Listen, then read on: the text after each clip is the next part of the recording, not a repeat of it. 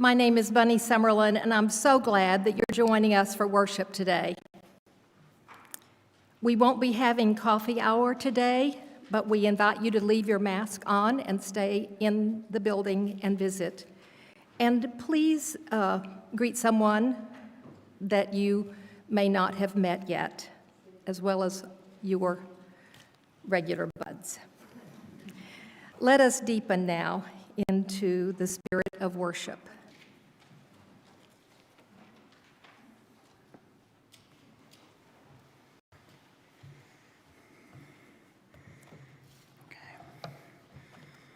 For folks who may not know, my name is Meredith Barber, and I'm the interim minister here at Horizon.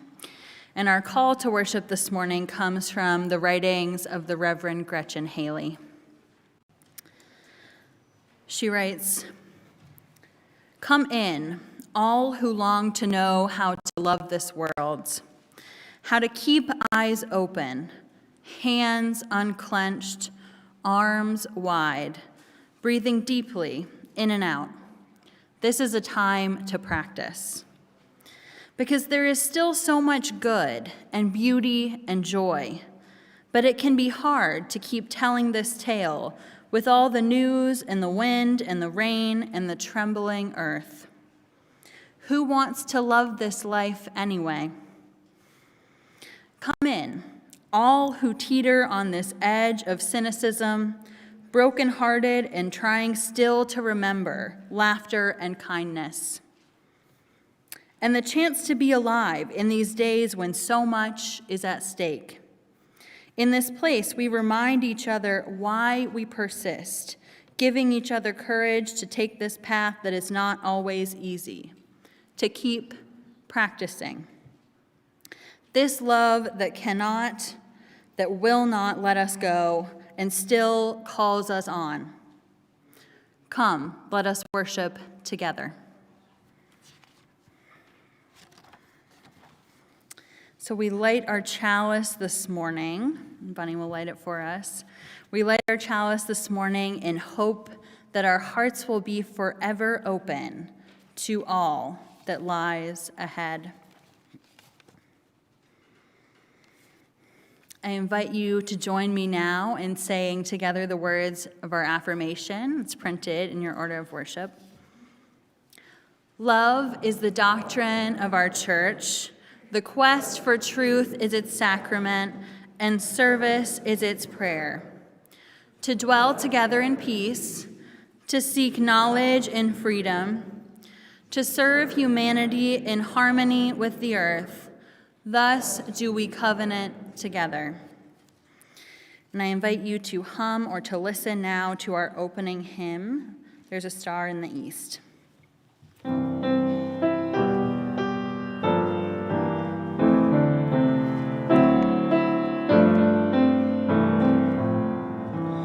There's a star in the east on Christmas morn.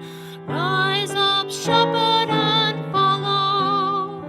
It will lead to the place where the babe is born. Rise up, shepherd, and follow. Leave your ewes and leave your lambs. Rise up, shepherd, and follow. Leave your sheep and leave your rams. Rise up, shepherd, and follow. Follow, follow. Rise up, shepherd, and follow. Follow the star of Bethlehem. Rise up, shepherd, and follow. If you hark to the angel's holy word, rise up, shepherd, and follow. You'll forget your flock, you'll forget your herd. Rise up, shepherd, and follow. Leave your ewes and leave your lambs. Rise up, shepherd, and follow.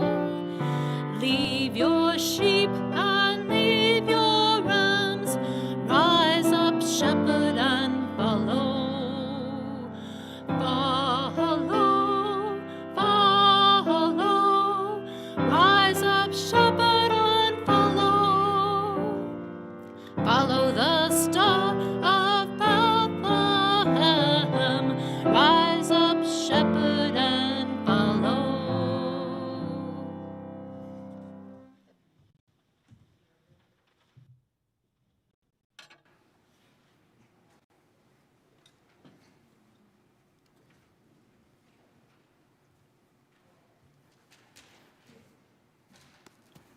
Our Share the Plate offering this month supports Refugee Services of Texas, an organization working to engage our mission of radical welcome to refugees, immigrants, and displaced persons as they settle into communities in Texas.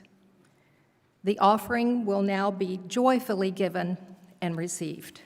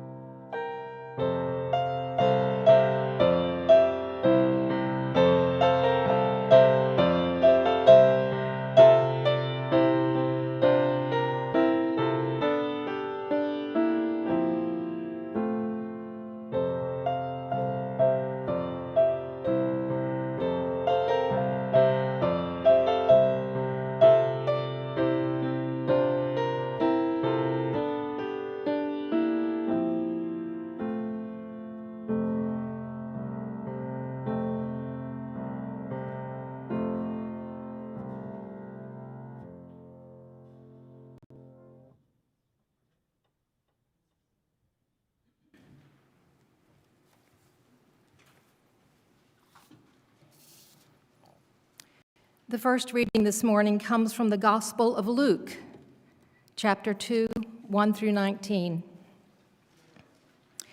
And it came to pass in those days that there went out a decree from Caesar Augustus that all the world should be taxed. And this taxing was made first when Cyrenius was governor of Syria.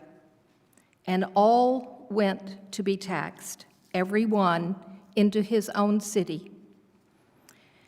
And Joseph also went up to Galilee, out of the city of Nazareth, into Judea, and into the city of David, which is called Bethlehem, because he was of the house and lineage of David, to be taxed with Mary, his espoused wife, being great with child. And so it was that while they were there, the days were accomplished that she should be delivered.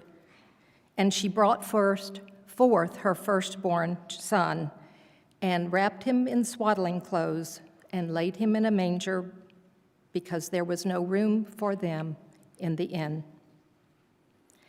And there were in the same country shepherds abiding in the fields, keeping watch over their flock by night. And lo, the angel of the Lord came upon them, and the glory of the Lord shone round about them, and they were sore afraid. And the angel said unto them, Fear not, for behold, I bring you good tidings of great joy, which shall be to all people. For unto you is born this day in the city of David a Savior, which is Christ the Lord. And this shall be a sign unto you. Ye shall find the babe wrapped in swaddling clothes, lying in a manger. And suddenly there was with the angel a multitude of the heavenly host, praising God and saying, Glory to God in the highest, and on earth peace, goodwill toward men. And it came to pass, as the angels were gone away from them into heaven, the shepherds said to one another, Let us now go even unto Bethlehem, and see this thing which is come to pass, which the Lord has made known unto us. And they came with haste and found Mary and Joseph and babe lying in the manger. And when they had seen it, they made known abroad the saying which was told them concerning the child.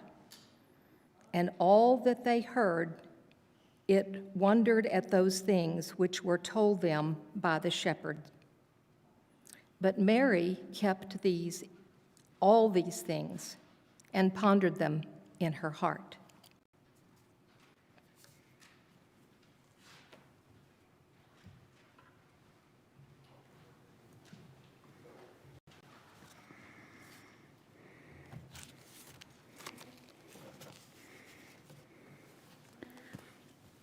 We come now to the time in our service where we'll share the joys and sorrows and everything in between of our community. I'll invite you into some shared breaths of silence and offer a spoken prayer, and we'll hear our responsive hymn, Spirit of Life. Today, people are sharing sorrows for people killed and displaced by the tornadoes this week. Lots of devastation, lots of sorrow for all experiencing that. People are sending care and strength as they try to recover and wondering what we can do. And folks are sharing joy for friends and family who brighten dark times and who lighten our loads by sharing them. I invite you to close your eyes and share with me now a few breaths of silence.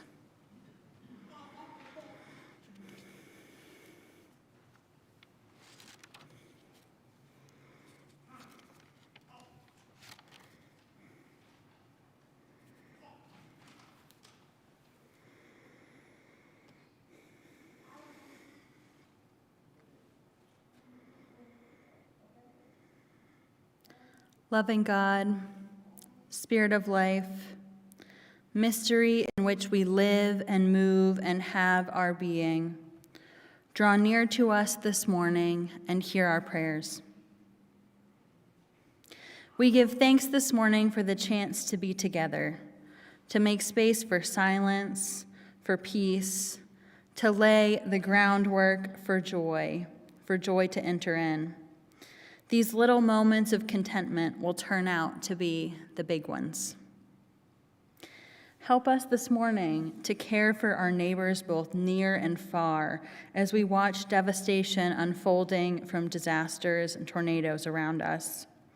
Allow us to lean into gratitude for all we have, knowing that it might in fact be otherwise. Spirit, help us this time of year when it can feel like there's more to do than we could ever accomplish, like we could never do it all, like we will never get it right, to know that joy comes anyway, despite all that's left undone, despite all we do not know. Joy comes to us in the dark. Help us to release all that isn't ours to control, to love one another the best we can, and to know that that will be enough. May it be so. Amen. And I invite us to listen now to our responsive hymn, Spirit of Life.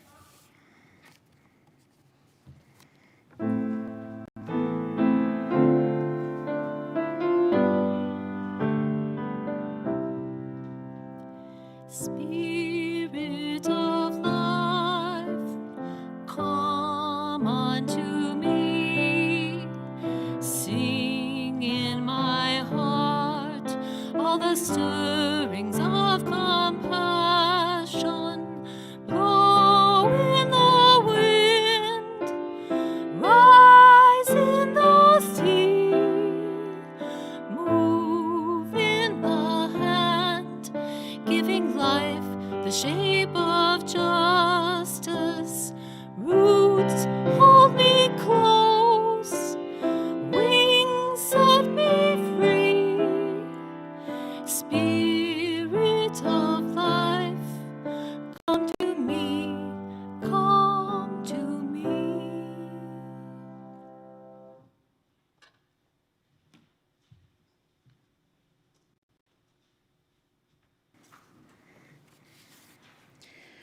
Okay. Our second reading this morning is another one of my favorites for this time of year. This is called A Blessing for Traveling in the Dark by Jan Richardson. Go slow if you can. Slower. More slowly still.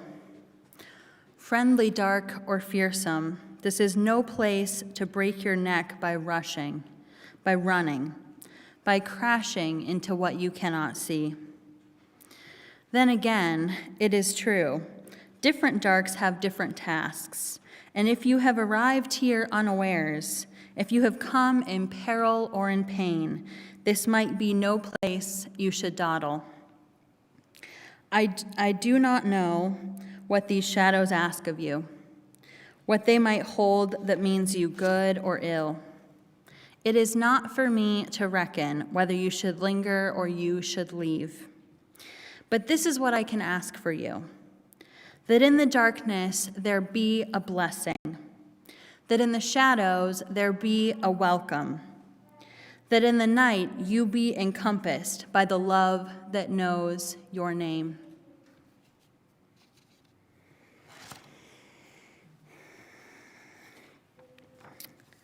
The other night, I was at my apartment in Addison, where I stay part of the week, and I had to run an errand after work.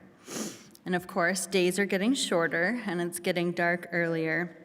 And I found myself looking up at the night sky, surprised by a little sliver of the crescent moon shining against the darkness. It reminded me of nights when I was a very little girl going to check on the moon. Because when I was little, I hated to sleep. And in an effort to avoid bedtime, I tried to stay up as long as I could and made my parents read book after book after book. I would say again every time, until I finally gave in to sleep. And I think part of the reason I didn't like sleeping was because I was afraid of the dark, like many kids. I didn't want to go to my room, to stop playing with my toys, to turn off the lights and close my eyes. I was afraid something would change in the world around me and that I would miss it. So my dad would take me out in his little blue Toyota pickup, and we would take a drive and check on the moon to make sure it was still there in the sky. Even on nights when it was too cloudy to see, if my dad told me the moon was still there, I believed him. In those days, I thought my dad knew everything, and about some things, I think he still does. But what's funny to me about this now is that, of course, we can only really see the moon when it's dark. We require the darkness to fully experience its beauty. It is the third Sunday of Advent, and we've lit the pink candle this week, a symbol of joy, sometimes called the shepherd's candle. We've been talking for a few weeks now about Advent as a time of preparation in the early church to receive the good news and about what our participation means as Unitarian Universalists, a time to deepen into spiritual practices, an invitation to pay attention. And we've been lighting the wreath each week, a ritual that marks a change in time in a year when time has become kind of uncertain. The Advent wreath itself is full of symbolism. The circle, a symbol of unending love for us, or we might imagine a symbol of drawing the circle wide to represent the love of community. This time of contemplation, of longing and lingering in the darkness, is something we all desperately need. It is a time of change, of growing, of letting new things take root, and most importantly, celebrating the darkness of the season. For joy comes to us in the dark. Growing up, our Advent wreath was a part of drawing the season closer. It was a tradition, like rice pudding on Christmas Eve or my grandmother's cookie recipe, these things we passed down from generation to generation. And as I've gotten older, I've created my own Advent traditions. Now I'm the one lighting our wreath. And for the past few years at Advent, I've been rereading Barbara Brown Taylor's book, Learning to Walk in the Dark. Barbara Brown Taylor, for those who may not know, is an Episcopal priest turned seeker and writer. She is one of us, really, a spiritual thinker always trying to make theological room for more of us, and she does so from outside of the church these days. And though it's not exactly an Advent story, something about her year researching darkness and sitting with uncertainty has continued to speak to me during this time of waiting.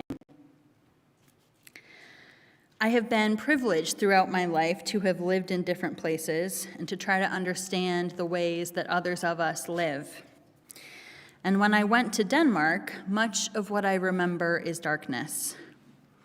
As the seasons turned from late summer to an abrupt and cool fall, the days there began to get shorter and shorter. And by the time winter arrived, darkness fell each day by about 3 p.m. This darkness is something everyone warns you about, but you cannot truly understand what they mean about the dark or the shortness of the days until you've lived it. People from other parts of the world often wonder how it's possible to endure so much of it at once. Folks in Scandinavia are practiced at waking up to what they call get the light, do the things that need doing during the day.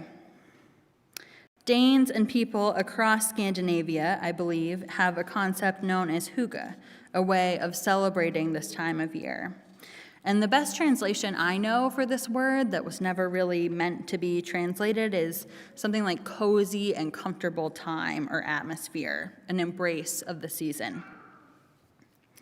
So this means that as darkness falls, people gather with family, friends, loved ones in cafes, restaurants, living rooms, and you'll find candles everywhere, casting warmth and shadows on the walls. It's about emotional and physical closeness and warmth, not just lighting the darkness, but learning to be comfortable during this time and embracing all that it brings. Hygge time is about finding joy in the darkness. We live in a culture in which darkness has long been feared, rejected, been misunderstood, while whiteness, particularly, has been worshipped in more ways than I can even name. This insidious belief permeates all parts of life, from our physical bodies to our spiritual lives. There are deeply rooted problems with this false narrative that we have been taught since childhood about light as good and dark as bad. At the theological level, Barbara Brown Taylor writes, this language creates all sorts of problems. It divides every day in two, pitting the light part against the dark part. It tucks all the sinister stuff into the dark part, identifying God with the sunny part and leaving you to deal with the rest on your own time. It implies things about dark-skinned people and sight-impaired people that are not true. Worst of all, it offers people of faith a giant closet in which they can store everything that threatens or frightens them without thinking too much about any of it. But as Unitarian Universalists, as spiritual seekers, as people who are here in this room rather than elsewhere on a Sunday morning, there is a reason we chose this place. And for one thing, we do not do spiritual closets here. For many of us, our reason for being here may have a lot to do with feeling like we couldn't be ourselves in other places, like part of us wasn't welcome. And maybe that was our tendency to ask questions or to doubt our honesty, our authenticity. But our faith now, in this place, in this community, is about leaning into doubt, about asking the hard questions, and about loving one another for all of who we are. We need the darkness just as much as we need the light. In the dark, things grow slowly. Things marinate and are safe underground. And our souls, too, need to grow slowly. Jackie James, longtime religious educator and elder in our Unitarian Universalist movement, wrote in her 1988 sermon, Affirming Beauty in Darkness, "We must acknowledge that darkness has a redemptive character, that in darkness there is power and beauty. It is the place that nurtured and protected us before our birth. Welcome darkness. Don't be afraid of it or deny it. Darkness brings relief from the blistering sun, from scorching heat, from exhausting labor. Night signals permission to rest, to be with our loved ones, to conceive new life, to search our hearts, to remember our dreams. The dark of winter is a time of hibernation for both plants and animals. Seeds grow in the dark, fertile earth. Barbara Brown Taylor speaks to this too. We not only need plenty of darkness to sleep well, we need plenty of darkness to be well. Their circadian rhythm of waking and sleeping matches the natural cycles of night and day, which affects everything from our body chemistry to our relationships. When we tinker with it, we tinker with the well-being of every creature whose pupils shrink when we turn on the lights. Our bodies rely on darkness for survival, for a chance to slow down, to rest. Darkness is where our lives begin, where creation began, where the new moon is formed. I get asked a lot by all of you about the drive back and forth from here to Shreveport that I make twice a week, and about how I pass the time if I listen to anything. And lately, I've been listening to something called Terrible Thanks for Asking, a podcast by one of my favorite writers, Nora McInerney. Nora is one of my spiritual guides in this life because she is honest. She tells the truth, no matter what, about grief and loss and life, and she does it with laughter. A young widow, Nora writes quite a bit about love and loss, death and illness, and she also calls herself a warrior against toxic positivity culture, or what Barbara Brown Taylor would call full solar spirituality, this need to light things up, to put a positive spin on them. The idea that our faith only has room for the good parts of life, that everything happens for a reason, or that only good vibes are welcome.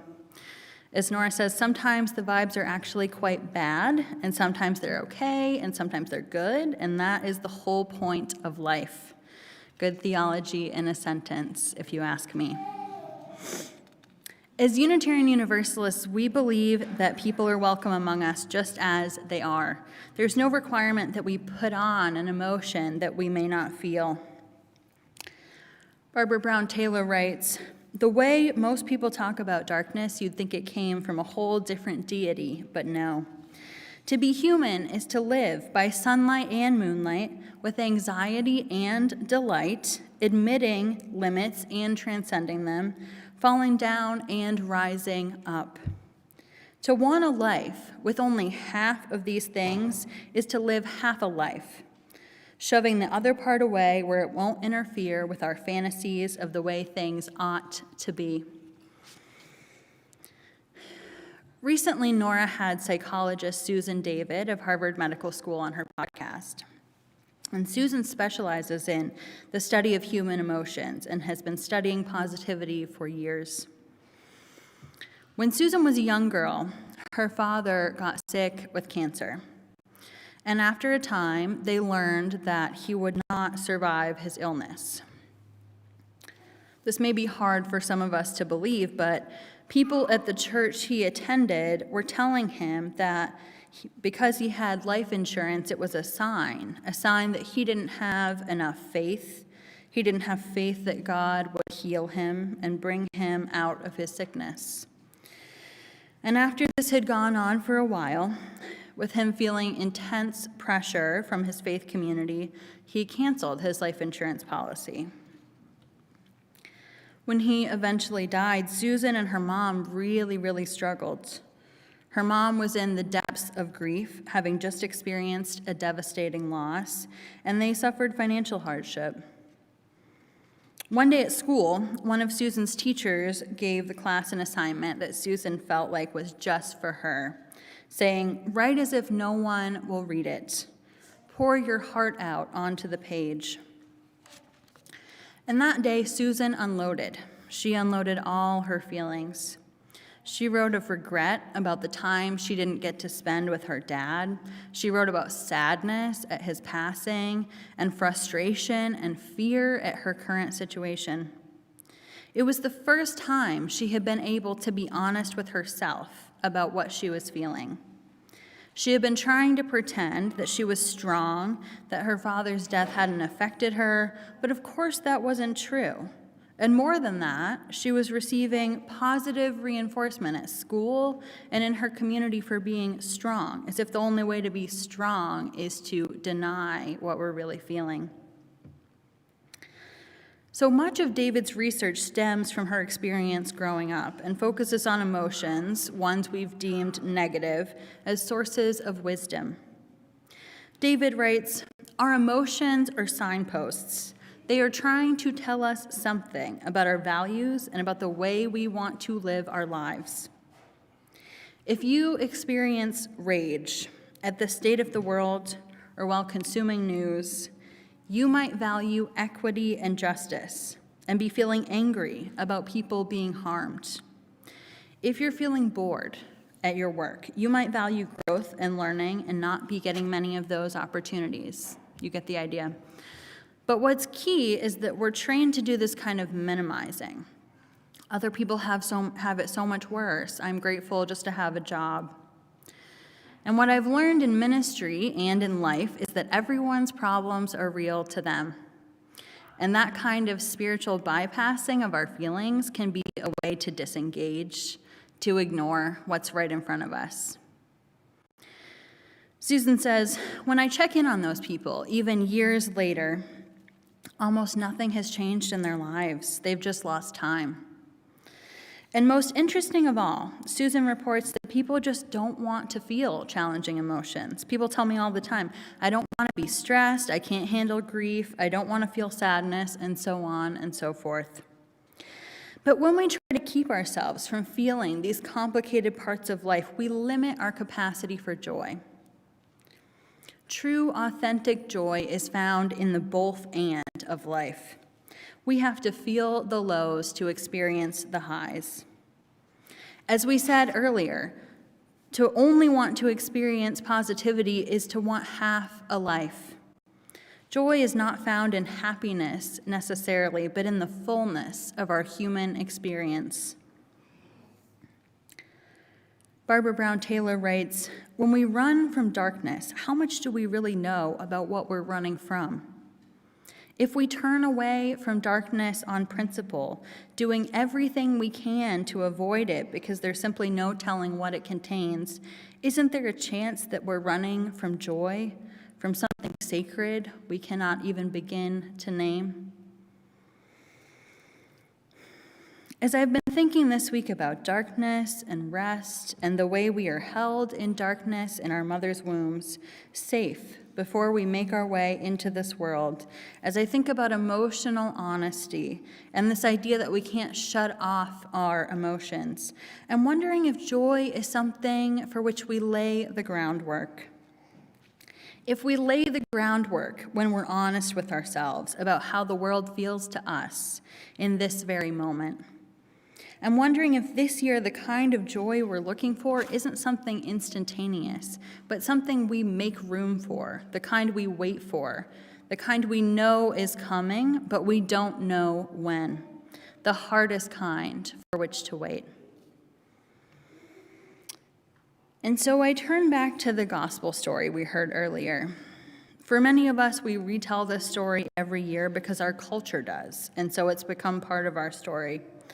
We know the story of the shepherds out there in the dark, kind of like me and my dad checking on the moon.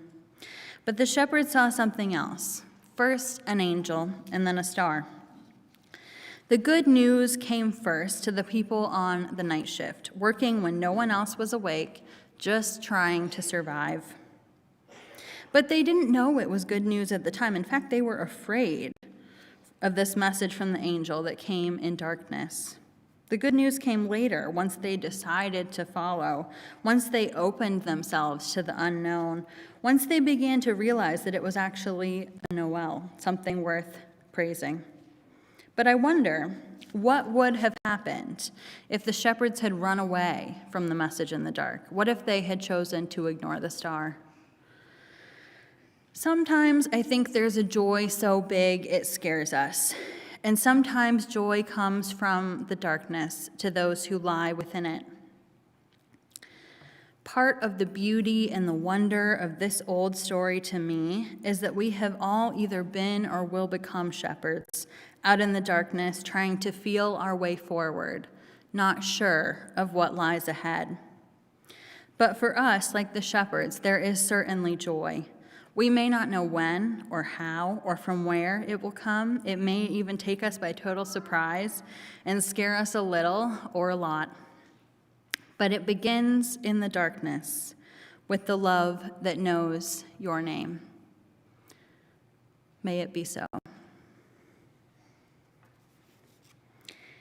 And I invite us to listen now to our closing hymn, the First Noel.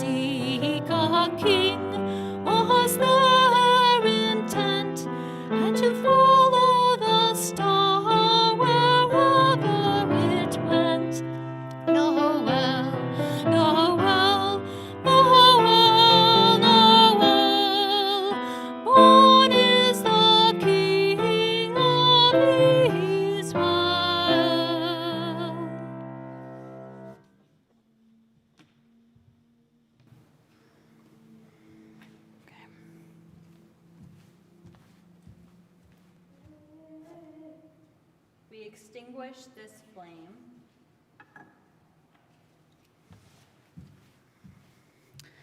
But not our mission to welcome radically, love boldly, grow spiritually, and serve courageously. This we do because we envision a beloved community filled with compassion, helping all to thrive in a just world. So friends, my wish for you this morning is that you lay the groundwork for joy in your hearts and in those of others, and that you do not run from darkness, but turn toward love. Go in peace.